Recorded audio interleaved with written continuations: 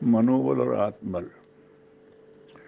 मनोबल होता है सांसारिक कार्यों की कुशलता से बनता है।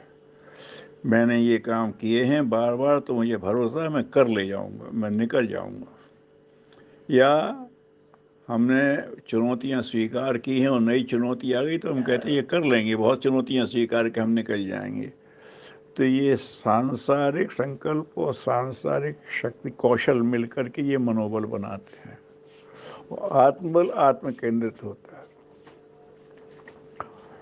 उसको ये लगता है, आत्मबल में ये लगता है कि हम तो परमात्मा के अंश हैं, हम तो आत्मा है, हम शरीर हैं ही नहीं। हम आत्मा है, हम इंद्रिय हैं ही नहीं, और इनसे हमारा कुछ बनता बिगड़ता नहीं। ये रहें तो ना रहें तो, अगर रहें तो इन्हें हमें अपने उद्देश्य के अनुरूप साधना है, और ना रहें तो हमारा कुछ बिगड़ता नहीं, हम तो फिर भी हैं।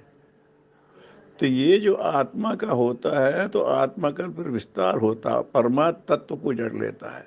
और जब परमात्मा तत्व से जुड़ते हैं तो परमात्मा शक्ति की तो परमात्मा की तो क्षमता अनंत है। परमात्मा की अनंत क्षमता से जुड़ जाते हैं तो उससे जो अंदर से बल की अनुभूति होती है, ईश्वर अंश जीव अविनाशी की अनुभूति जब होती है, तो फिर वो आत्मबल जागता है। अरे कौन करेगा? मैं स्वामी हूँ। इंद्रियों मन को, इनकी आत्मा को हम बदल लेंगे, इनके अभ्यास को हम बदल लेंगे, इनके संस्कारों को हम बदल लेंगे। ये क्या करते हैं लोग? भय दिखाते हैं, क्या होगा, कर लेंगे। वो बहुत प्रसिद्ध है। गुरुदेव कहते थे,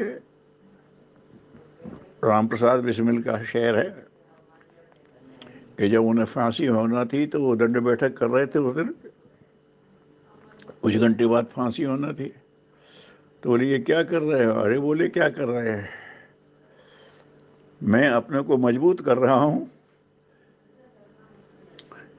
वो शरीर, वो शरीर तो जाएगा, लेकिन मैं तो मजबूत होकर निकलूंगा, लौट के फिर दूसरा शरीर धारण कर लूंगा। आत्मा हूँ, बदल डालूंगा फौरन चोला। क्या करेगी जो मेरी कज़ा आएगी? मौत आएगी तो एक शरीर मांगेगी, एक पोशाक मांगेगी, वो उतार दे देंगे, दूसरी पोशाक पहन लेंगे। तो ये भाव, ये आत्मबल से संबंधित है। तो परमात्म चेतना के साथ मिलकर के परमात्म कार्यों में लगा रहना, उससे आत्मबल बनता है। और सांसारिक कार्यों में लग के उसमें कुशलता बढ़ाने से मनोबल बनता है। ठीक है। ओम शांति।